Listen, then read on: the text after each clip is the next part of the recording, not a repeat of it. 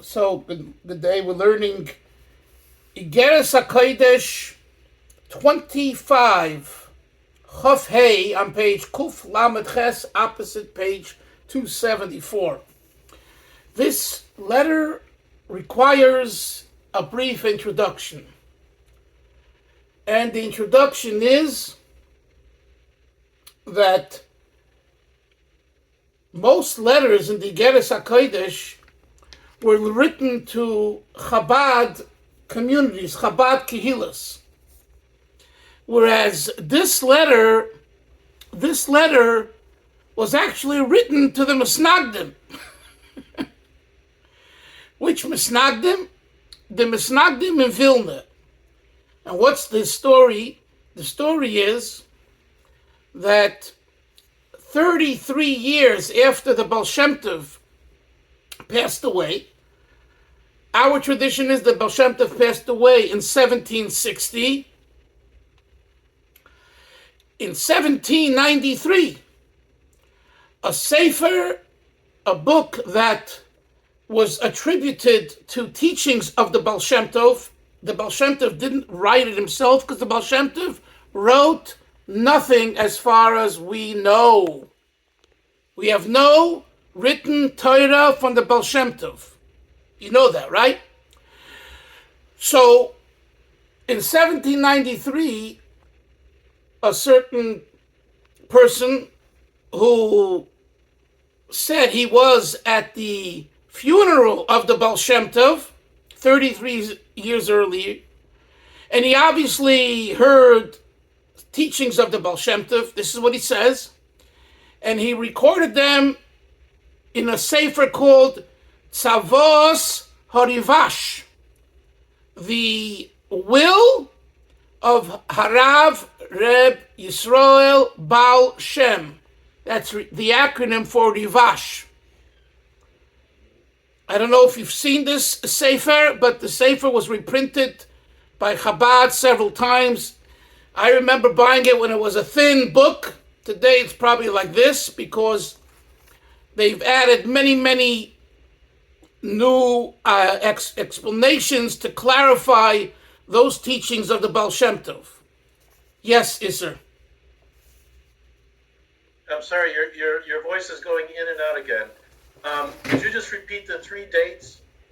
And I didn't hear the first date. What happened in 1790? In 1793, there was the publication of Tzivat HaRavash. Okay, the Baal Shem Tov passes away in 1760. You hear me now clearly, first of all? Okay, he passes away in 1760.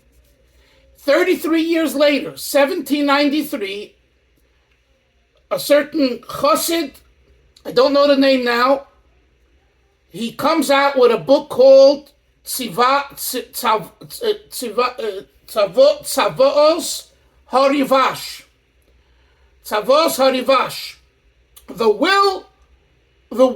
will, plural, of the Baal Shem Tov. Reb Yisrael Baal Shem is Rivash. And he says that he heard these things from the Baal Shem Tov, and he's recording his instruction, his teachings, some teachings of the Baal Shem Tov. And he also says that he was at the funeral of the Baal Shem Tov. So he feels, this is his logic, that being that he was at the funeral, he doesn't maybe say these words, I'm paraphrasing, because he calls his book Will of the Baal Shem Tov, the will of the Baal Shem Tov. We don't have the will of the Baal Shem Tov. There's no will of the Baal Shem Tov that we have, and he didn't have it either. But he's saying that since he was at the funeral and he heard teachings from the Baal Shem Tov, these teachings are the will of the Baal Shem Tov. Okay? And you could take it or leave it. And I'm sure many Hasidim didn't buy into it. This is the will of the Baal Shem Tov. But nevertheless, the teachings are valuable. Now, this was 33 years after. This sefer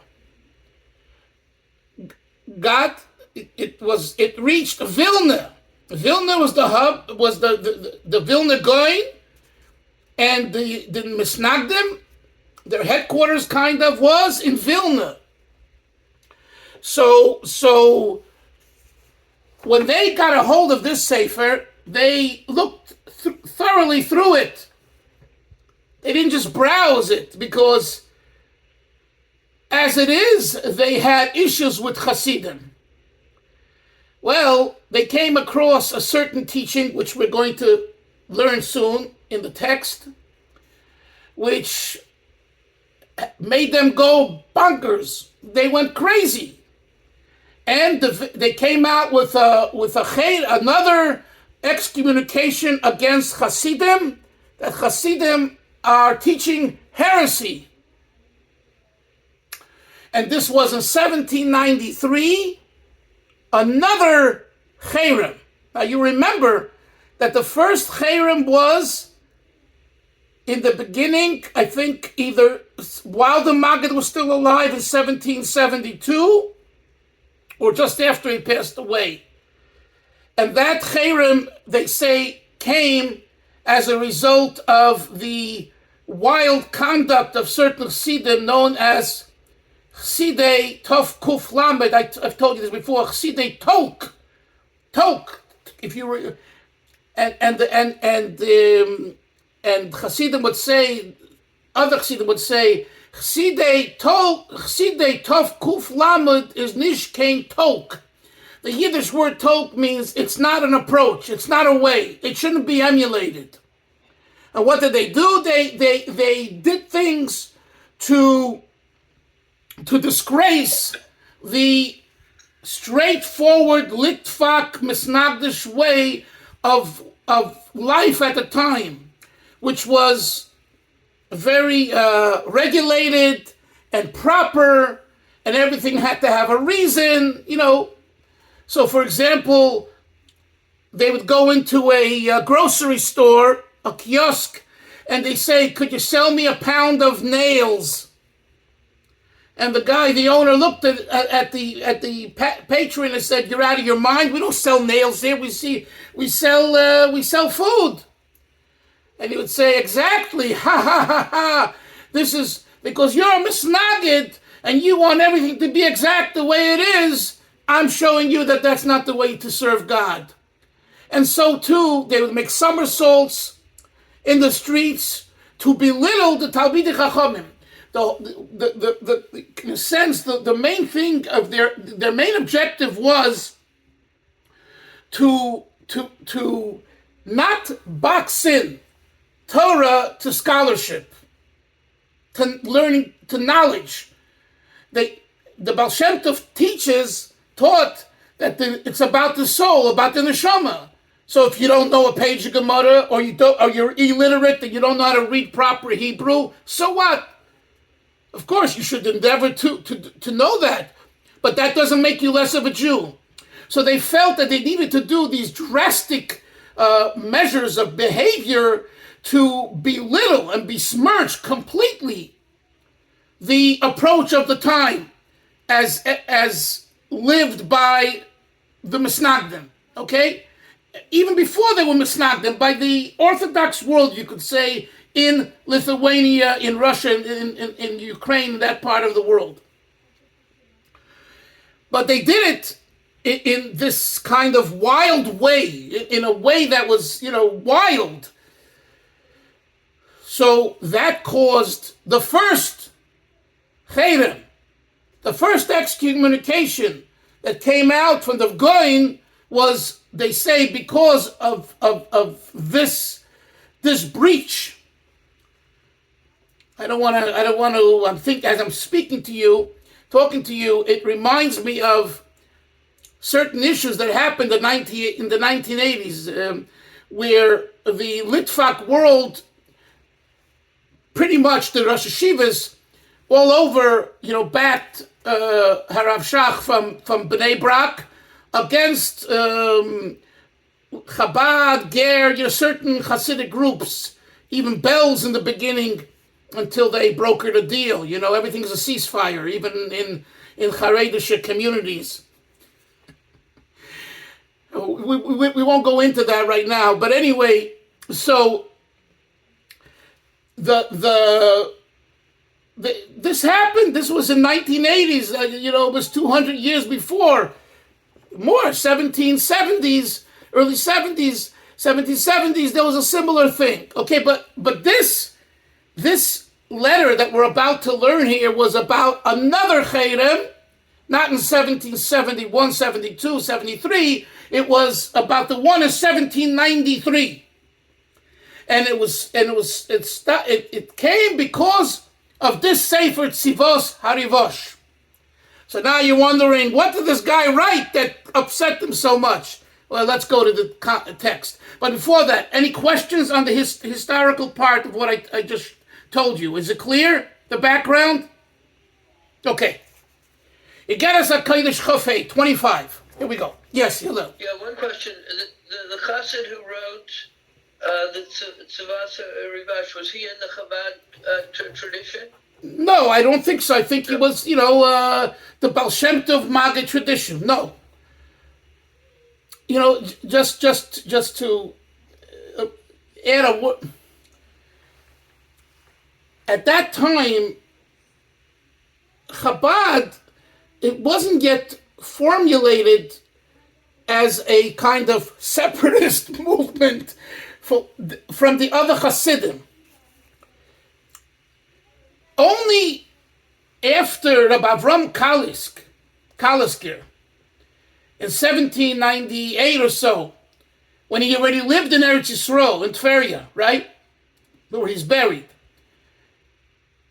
When he wrote to the Alter Rebbe and chastised him for publicizing Chabad Hasidus in the way of Chabad to the populace, which is, you guys know what I'm talking about, I've spoken about it many times, that's when you could say it became clear there is the style of Hasidus of Chagas, the Polish, Hungarian, other Russian Hasidus, versus the Chabad style. I think until then, although the Alter Rebbe taught Chabad Hasidus, and emphatically so, because when Reb Shlomo Kalina wanted to come into the territory that Rabbi Avram Kalisker and Reb Mendel of Vitebsk appointed the Alter Rebbe over, which was called Belarusia, White Russia, right? Because he had to run away. The Misnagdim were wanted to kill him. About Reb Shlomo Kalina, of the Karlin, of the stolen Kalin, right? And so he wanted to move to Beshenkovitz, and he needed permission. He knew that the Alter Rebbe was appointed by the two successors of the Maggid, and the Alter Rebbe gave him 3 conditions. And one of the conditions was that you must teach Chassidus in a way of Chabad. He didn't say maybe the words Chabad, but with Havana Vasaga, with intellectual understanding. And I believe, and this has been written about as well, that the Alter Rebbe wasn't just trying to force him, you have to be Chabad. That wasn't it. The Alter Rebbe felt for the people living, for the Yidden, the Hasidim living there, in that region, and in that particular time, this would work. And just, shuckling and other wouldn't work. But that's, that was a disagreement, obviously. And he didn't come. And Reb Shlomo Karlina had a good yachas with the Alter Rebbe. He had a good relationship. But, he knew that he was in charge. He asked for permission. He told him that I can agree to 2 out of the 3 conditions. I forget the other 2 now. But this 3rd condition, I can't. And the the disagreement was over Al Tikre Mechaya, Bo Chabakuk, Perek Lam Gimel in Tanya, Bo Chabakuk, V'midu Alachas, V'tzadik B'emunosa Yichya. The tzaddik with his emunah will live. Al tikre yichye el yechaya. And that was the machlokes. Does it mean that he himself will live and we won't be, and by us attaching to him who is alive, by believing That's enough. Or Yechaya, he'll make you live. You have to live. And if you don't have if you don't come to a point where you have that connection and feeling yourself, you're not alive. And relying on the Rebbe is not adequate. And that was a legitimate disagreement, which you could say is the fundamental difference between, or at least one of the fundamental between the Chabad way of serving Hashem and the way of most other Hasidus. I say most others. Maybe Breslev is a little different. I'm not going to go into that right now. And Slonim might be a little different.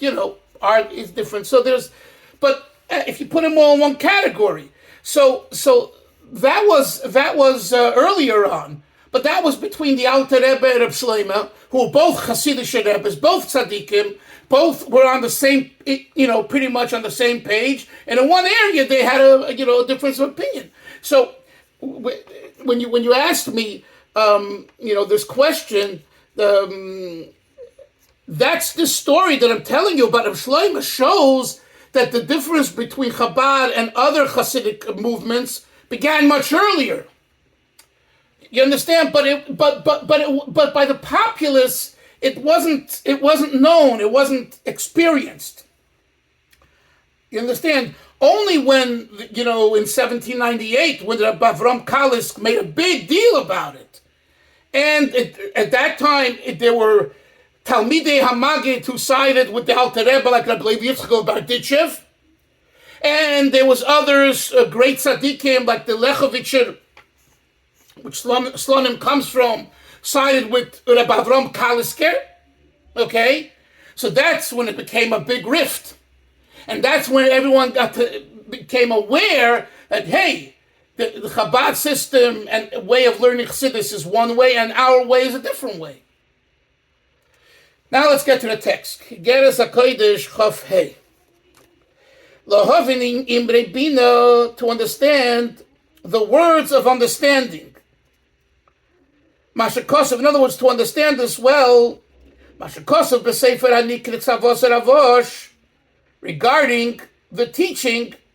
Again, this is a letter that the Alter Rebbe wrote to the Misnagdim in Vilna, not the Hasidim. He's going to explain here what the Baal Shem Tov means. That's the purpose of this letter. They excommunicated Hasidim at the time because they felt that there's heresy in the Sefer. The Alter Rebbe comes and gives interpretation that it's not heretical if you understand what it says.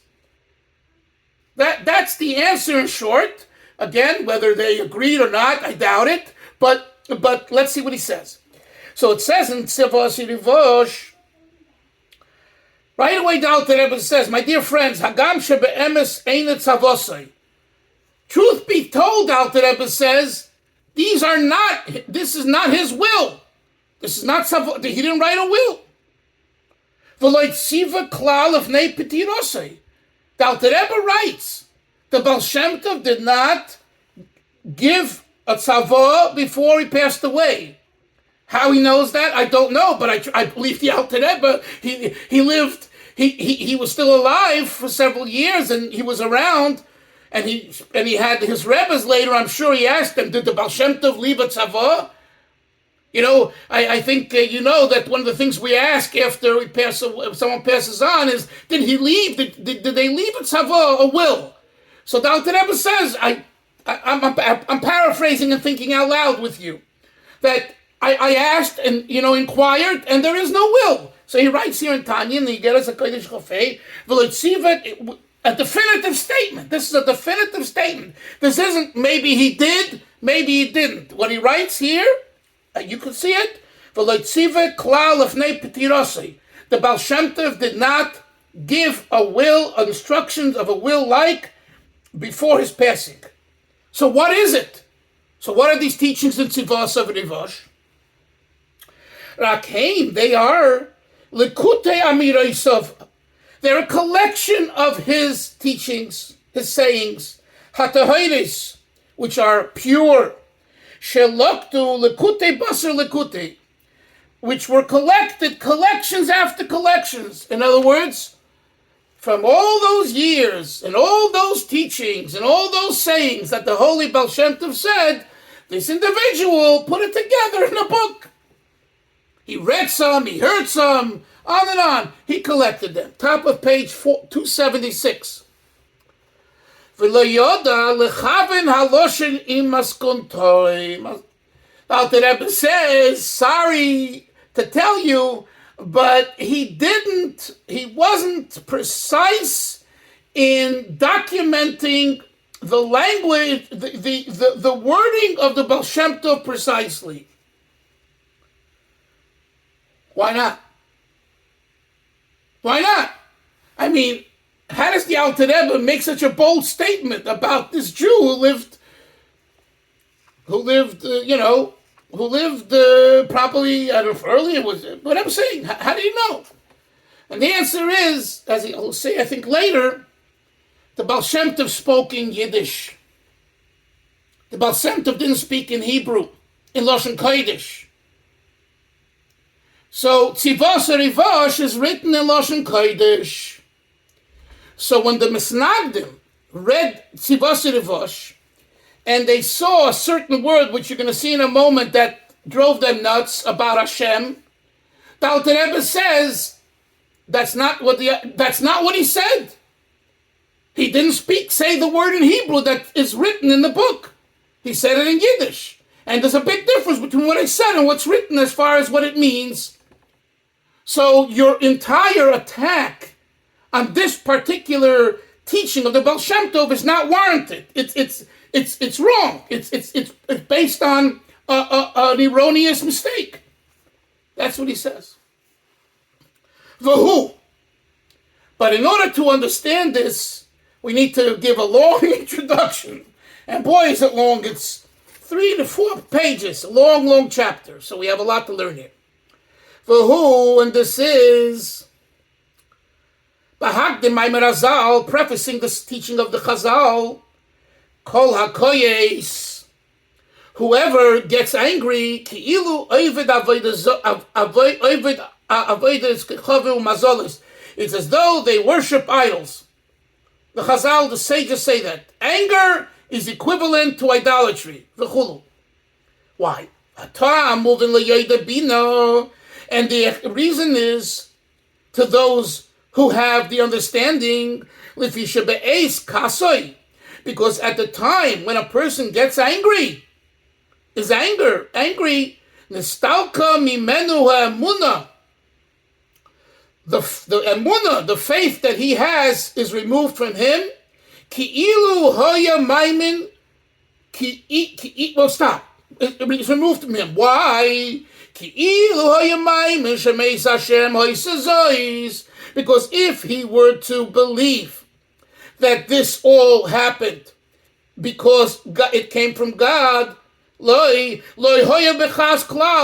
wouldn't be angry that it happened in a way that makes him angry. It came from God. You're not telling me God is wrong, are you? No. God is great. But obviously you don't believe. So if you don't believe, anger is tantamount to heresy.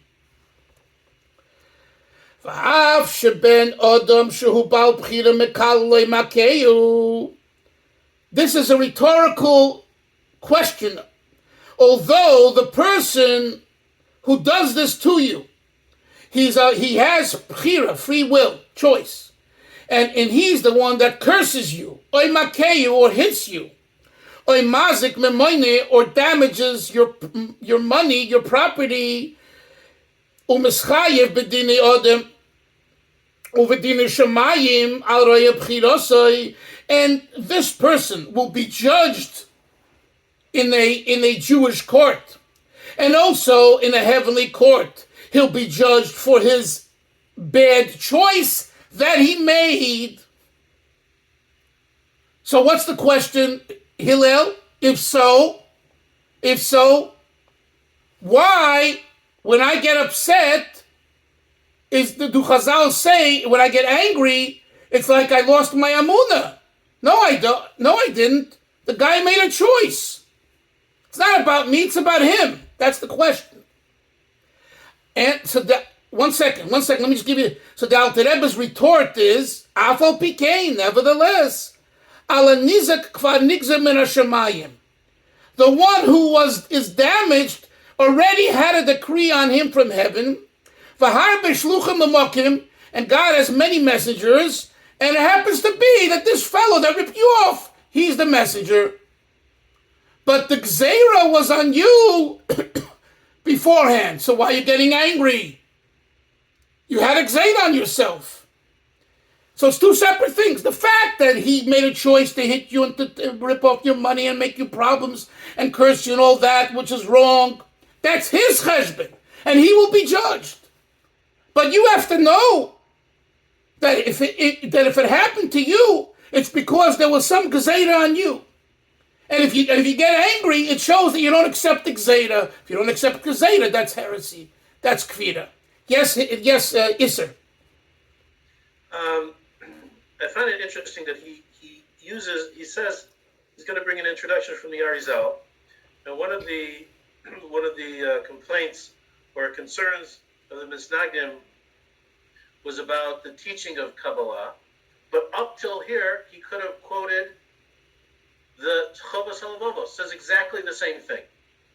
So I find it interesting that he's presenting it in terms of Arizal when this is standard Musar. My dear Isser, could you show me where he says Arizal?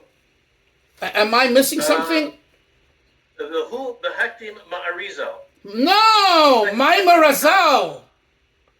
Maimar Razal. Oh, sorry. Okay. Withdrawn. Let's continue.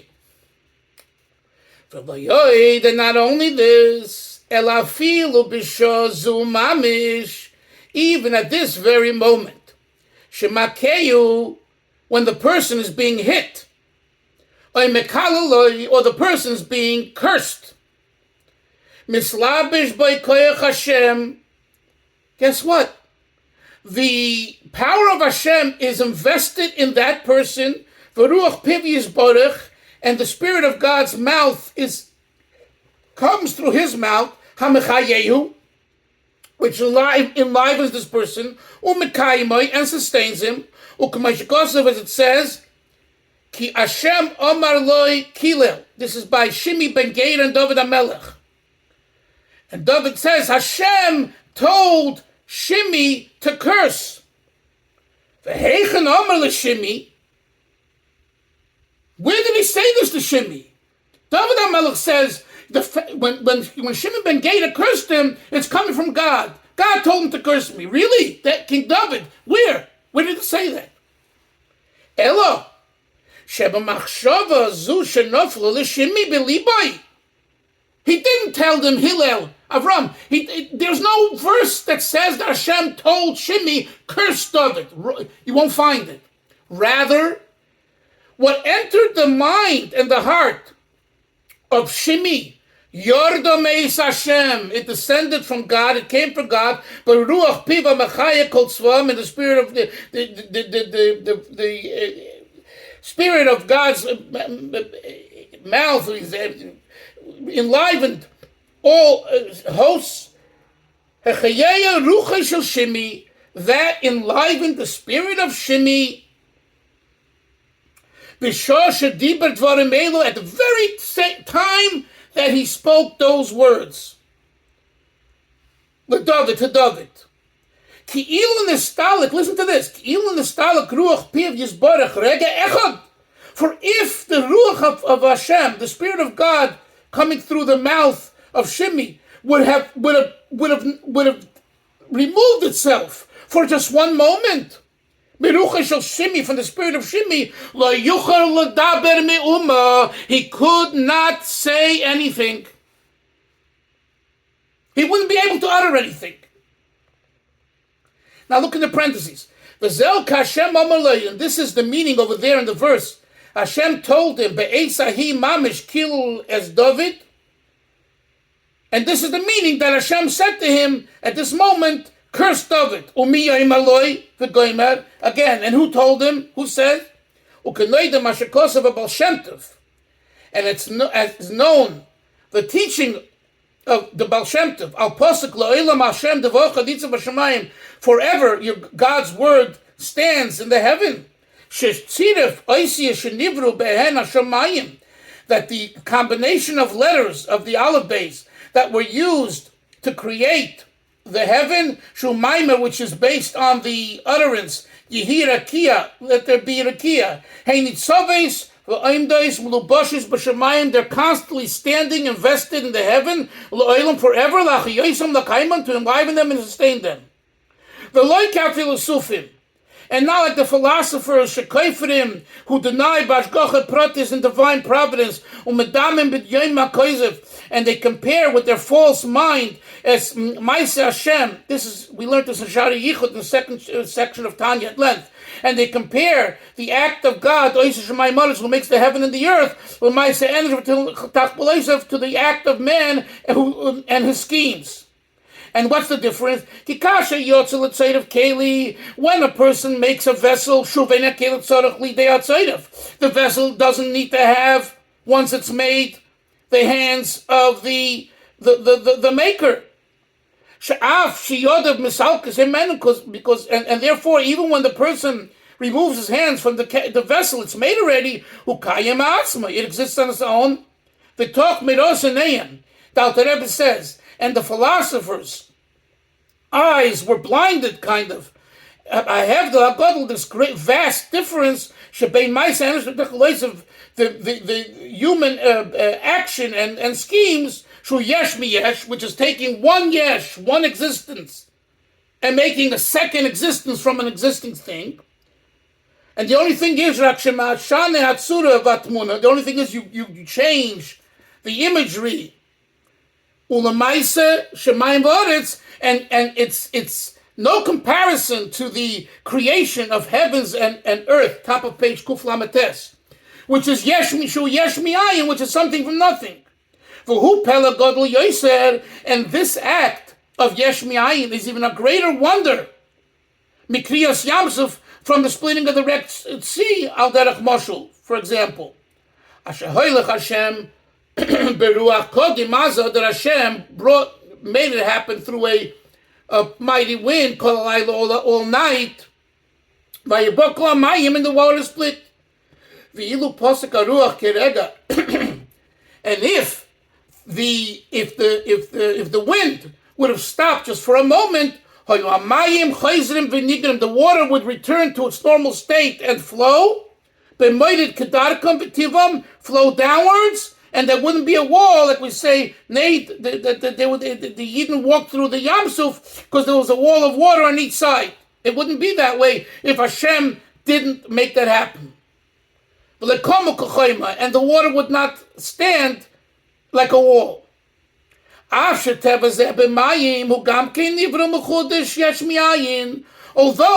the nature of the water flowing is also a chiddush.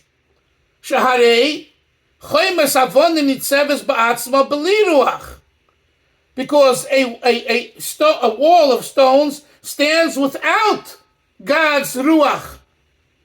So who says that the mayim can't do that? The answer is Hashem created mayim, water, to flow. That's a chiddush.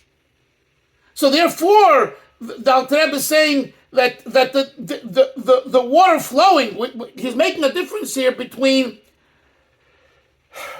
an uman she'osa keli, which is yesh mi-yesh, to the creation of heavens, earth, yesh mi-ayin.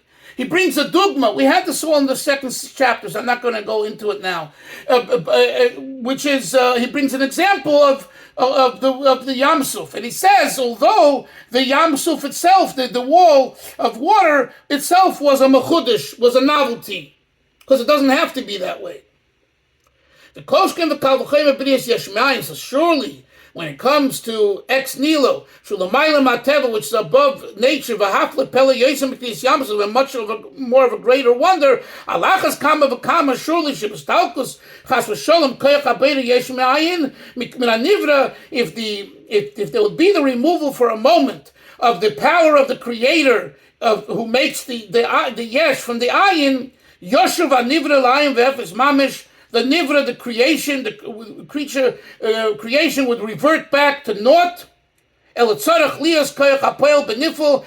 there must be the power of the maker within the thing that's made. Tomit constantly, to enliven, to sustain it. And this is the God's word and God's spirit and the 10 utterances. With them he created the world. And even this physical world and the inanimate, it's enlivening and it's sustaining. Hudvar Hashem, it's the word of Hashem coming. Yud my mothers for the 10 utterances. That's enclosed in denim and it keeps them to, it makes them be and exist as inanimate. The yesh miayin. And they won't revert back to naught. And here he quotes into the Arizal. That even in the inanimate stones and dust and water, they have a spiritual soul within them. I think, what's the time? I don't know. Is the time? Yeah? 3:23. 3:23. Okay, I went over a little bit. So tomorrow we'll continue. We're middle of a thought, so I'll recap tomorrow the rest, okay? Zaygesund to everyone. Have a great day. Thank you very much. You're welcome. Bye-bye. Bye-bye. Hatzlacha. Thank you.